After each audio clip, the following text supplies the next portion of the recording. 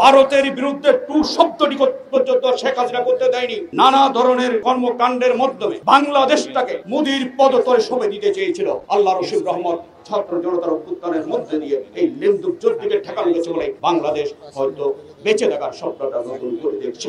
আমরা আমাদের ন্যায্য চাই। ভারতকে বলি, প্রতিবেশী হিসেবে তোমাদের প্রতি সম্মান ও ভালোবাসার আমাদের অন্ত নেই। তুমি আগ্রাসী হবা, দাদাগিরি করবা, তুমি আমার কণ্ঠরোধ করতে চাইবা, তুমি পানি আটকে রাখবা, সেটা বাংলার মানুষ মেনে নিবে না। আর একজন আমরা মাওলানা ভাসানী হব, আমরা একজন শহীদ প্রেসিডেন্ট জিয়াউর রহমান হব, হয়ে ইনশাআল্লাহ স্বাধীনতা সার্বভৌমত্ব রক্ষার জন্য প্রয়োজনে নিজের বাজি রেখে জীবন আমরা রক্ষা করবই আমার দেশ মাতৃকাকে। মাওলানা ভাসানী অত দূরদৃষ্টি সম্পন্ন রাজনীতিক, চিন্তাশীল ব্যক্তি, সমাজ চিন্তক এবং দার্শনিক। তিনি চিন্তা করেছিলেন সেদিন যে ফারাক্কায় বাদ দিলে বাংলাদেশ মরুভূমিতে পরিণত হয়। সেজন্য তিনি সেই টাঙ্গাইল থেকে ফারাক্কা অভিমুখে লং মার্চের ডাক দেন। লক্ষ জনতা সেই লং মার্চে অংশ নেয়। আওয়ামী লীগকে তারপর খুব একটা থামানো যাচ্ছিল না। শহীদ প্রেসিডেন্ট জিয়াউর রহমান অনেক দূরদর্শী রাজনীতিক, এদেশের মাঠে মানুষের অত্যন্ত আপনজন। তিনি এই বিষয়টি ভারতকে চাপ সৃষ্টির জন্য জাতিসংঘে তুলেছিলেন প্রথমে জিয়াউর রহমান। মাওলানা ভাসানী এবং জিয়াউর রহমান যে চিন্তা থেকে ফারাক্কার বিরুদ্ধে সেদিন রুখে দাঁড়ানোর চেষ্টা করছে, রুখে দাঁড়িয়েছিলেন, আজকে তাদের সেই চিন্তা চেতনার প্রতিটি জিনিস যেন আমরা হাতে নাতে ফল পাচ্ছি। আজকে এই ফারাক্কাবাদের কারণে দক্ষিণ পশ্চিমাঞ্চলের বিস্তীর্ণ জনপদ, প্রাণ প্রকৃতি, জনজীবন আজকে বিপর্যস্ত। আজকে পানির অভাবে মারা গেছে অনেক নদী, এখনো শতাধিক নদী প্রায় মরণ দশা। ভূগর্ভস্থ পানি অনেক নিচে নেমে গেছে। সাধারণত 25 ফুট পর্যন্ত নিচে থাকলে বার হয়, এখন 31 থেকে 35 ফুট নিচে নেমে গেছে পানি। সেখানে আজকে সুপেয় পানি আর পাওয়া যায় না, টিউবওয়েলে কোনো পানি উঠে না। আজকে কৃষি উৎপাদন, যার ফলে কৃষি উৎপাদন খরচ অনেক বেড়ে গেছে, ফলন কমে গেছে। উজানে পানির অভাবে সাগর থেকে যে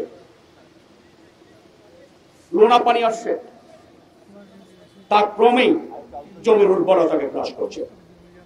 সুপেয় পানির অভাবে আপনি উপকূল এলাকার মানুষ ওই এলাকা আজকে ছেড়ে চলে যাচ্ছে পানি না পেয়ে।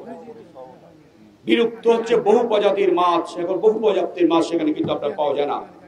সুন্দরবন প্রায় ধ্বংসের পথে। আজকে জলবায়ু সেখানে চরম অবপন্ন।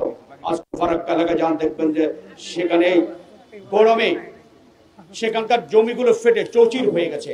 আর ফারাক্কার ওই তাকান, দেখবেন যে সেখানে পানি ঢেউ গেছে, শস্য শ্যামল সেখানে ফসল ফলছে। আর আমার এদিক জমিগুলো ফেটে চৌচির হয়ে গেছে।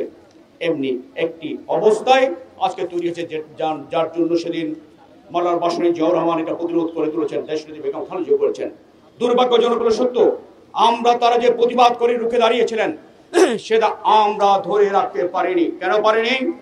বাংলাদেশ আওয়ামী লীগের মতো একটি দালাল দল, লেন্দুক দর্জির মতো একটা দ্বিতীয় লেন্দুক দর্জি শেখ হাসিনার নেতৃত্বে বাংলাদেশে ছিল বলে আমরা ভারতের আগ্রাসী কার্যকলাপকে আমরা সেদিন রুখে দাঁড়াতে পারিনি। তারা স্বামী স্ত্রীর মতো সম্পর্কের কথা বলে নানা ধরনের কর্মকাণ্ডের মাধ্যমে বাংলাদেশটাকে মোদির পদতলে সঁপে দিতে চেয়েছিল। আল্লাহ রশিদ রহমত ছাত্র জনতার অভ্যুত্থানের মধ্যে দিয়ে এই লেন্দুক যুদ্ধকে ঠেকানো গেছে বলে বাংলাদেশ হয়তো বেঁচে থাকার স্বপ্নটা নতুন করে দেখছে। আপনাদের নিশ্চয়ই খেয়াল আছে কি অবস্থায় নিয়েছিল বাংলাদেশকে। ভারতের বিরুদ্ধে টু শব্দটি পর্যন্ত শেখ হাসিনা করতে দেয়নি। আমাদের আপনাদের অভিসংবাদিত নেতা ইলিয়াস আলীর কথা আপনাদের জানা আছে।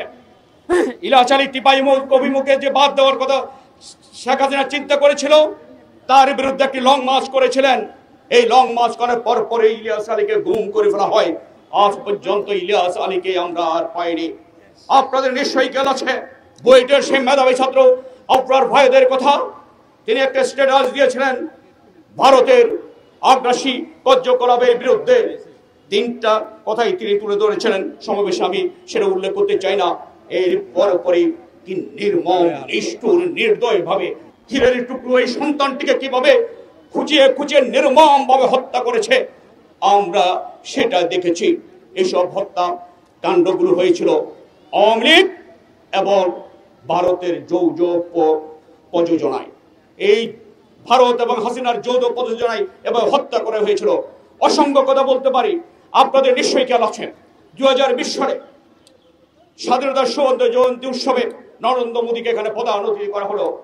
বাংলাদেশের স্বাধীনতা মানুষ বিক্ষোভে ফেটে বললেন, তারা বললেন ফলানির লাশ, ফলানির রক্তে যার হাত রঞ্জিত, সীমান্তে শত শহীদের রক্ত যার হাতে রঞ্জিত, তাকে প্রধান অতিথি করা যায় না। আগে আমাদের ফয়সালা করতে চাই, ফারাক্কার ফয়সালা করতে চাই, তিস্তার ফয়সালা করতে চাই, টিপামুখ ফয়সালা করা দরকার।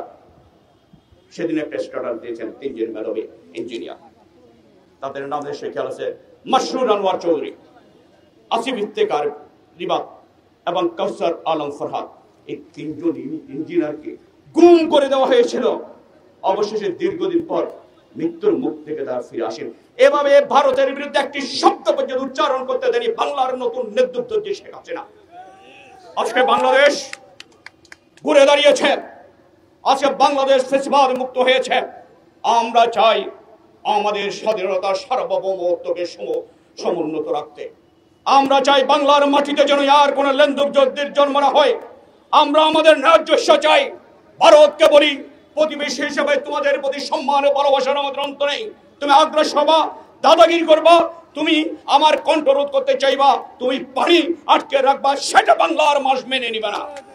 আর একজন আমরা মাওলানা ভাসানী হব, আমরা একজন শহীদ প্রেসিডেন্ট জিয়াউর রহমান হব, হয়ে ইনশাআল্লাহ স্বাধীনতা সার্বভৌমত্ব রক্ষার জন্য প্রয়োজনে নিজের বাজি রেখে জীবন আমরা রক্ষা করবই আমার দেশ মাতৃকাকে।